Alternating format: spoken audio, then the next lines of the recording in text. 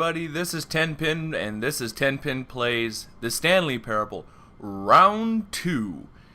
Today I decided, you know what, let's try following what the narrator tells us to do, and as much as it goes against me, and see where we end up. All of his co-workers were gone.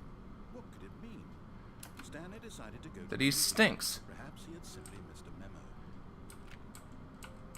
Oh, please. Are you really just doing this for the achievement? Click a door 5 times. Is that all that you think an achievement is worth? No. I can't just give these merits away for such little effort. A measly 5 clicks. Now suppose you were to click the door 20. I would say that's the kind of effort that warrants recognition. Okay.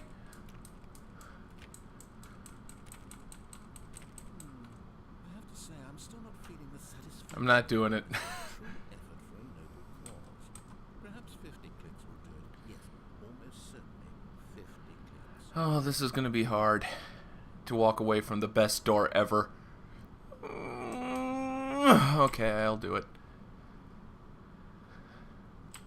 Ooh. Choice time. When Stanley came to a set of 2 open doors, he entered the door on his left. Okay. I can do that.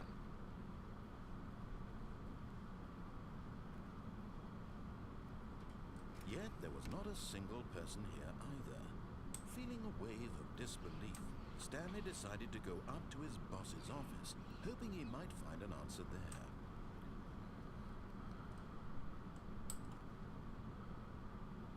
Wait a minute.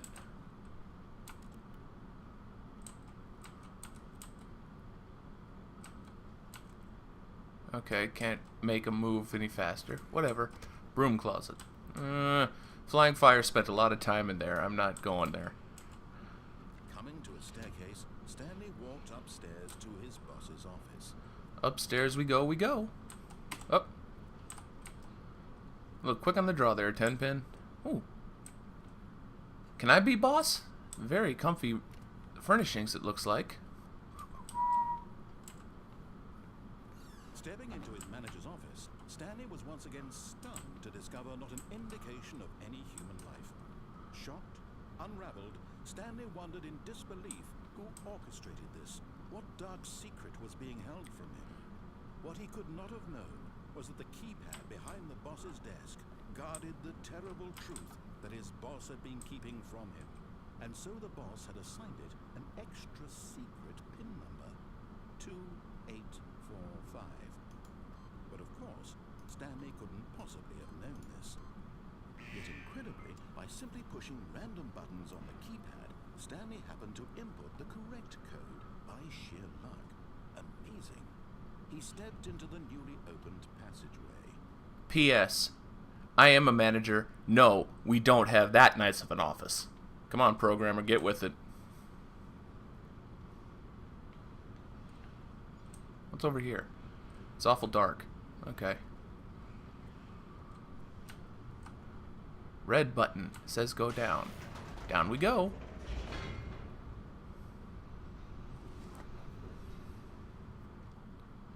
Oh yay, another very, very boring loading screen. Oh, for the love of... I mean, you ripped off Minecraft once. Couldn't you just have like a fake Minecraft running in the background just to placate us during loading? It would tick me off, but it wouldn't tick off the legion of Minecrafters. Ugh. Descending deeper into the building, Stanley realized he felt a bit peculiar. It was a stirring of emotion in his chest, as though he felt more free to think for himself, to question the nature of his job. Why did he feel this now, when for years it had never occurred to him? This question would not go unanswered for long.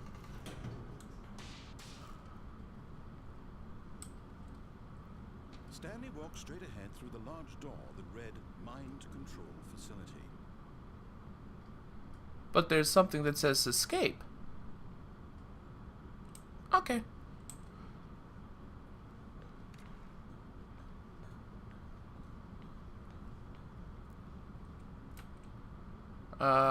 lights might be nice, yes. Let's have some The lights. lights rose on an enormous room packed with television screens. What horrible secret did this place hold? Stanley thought to himself.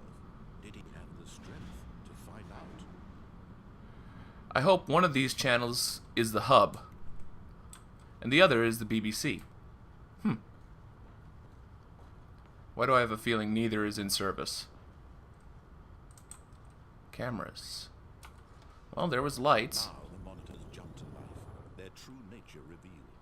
Each bore the number of an employee in the building, Stanley's co-workers.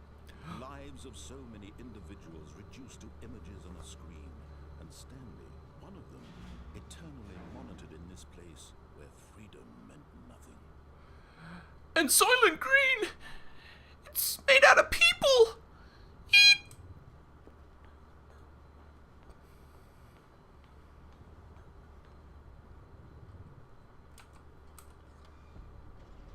This mind control facility, it was too horrible to believe. It couldn't be true. Had Stanley really been under someone's control all this time? Was this the only reason he was happy with his boring job? That his emotions had been manipulated to accept it blindly?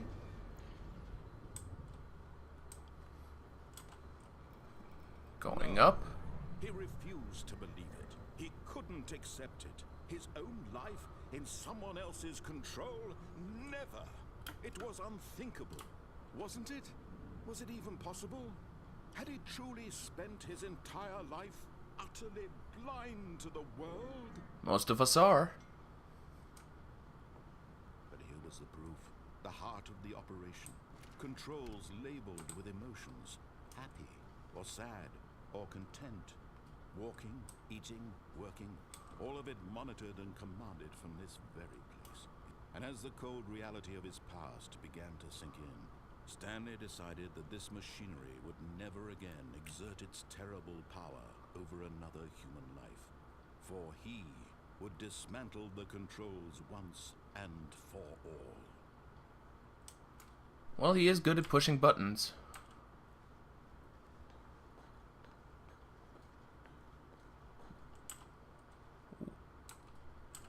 Big red button. Nope, can't touch it, apparently.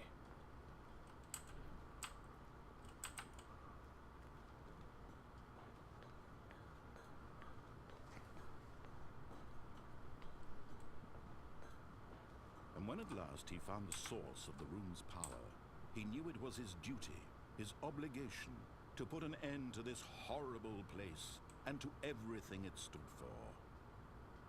But on the other hand, you could control any amount of sexy women you want. Stanley, you're an idiot.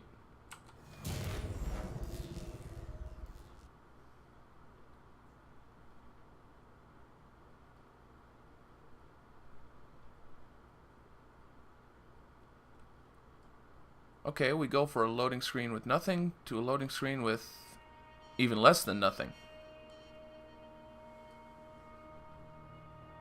Blackness and a rising chill of uncertainty.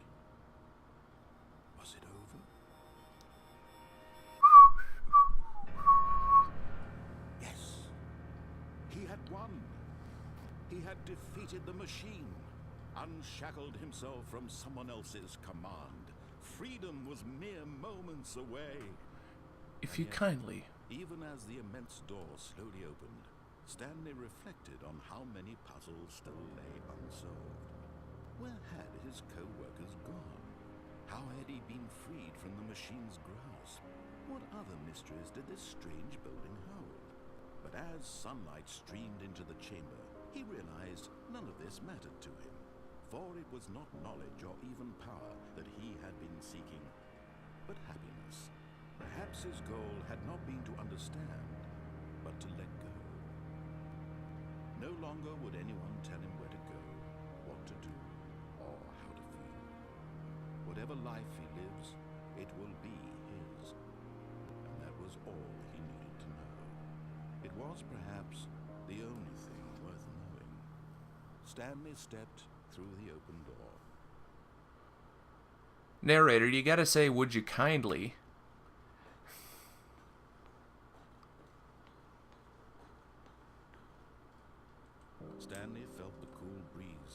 skin, the feeling of liberation, the immense possibility of the new path before him.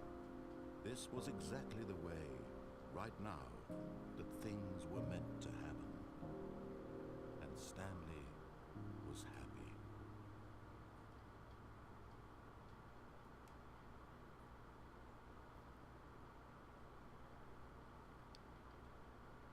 That's it?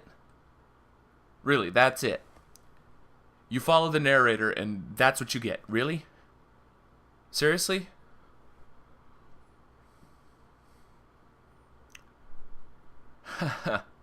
Yeah. Let's face it. That sucked balls. There's got to be a decent ending to this somewhere. Although, I have to admit, seeing Portal made me kind of want to play it again. Previous video reference, go watch if you don't understand. But, again, I'm Tenpin. This has been Tenpin Plays.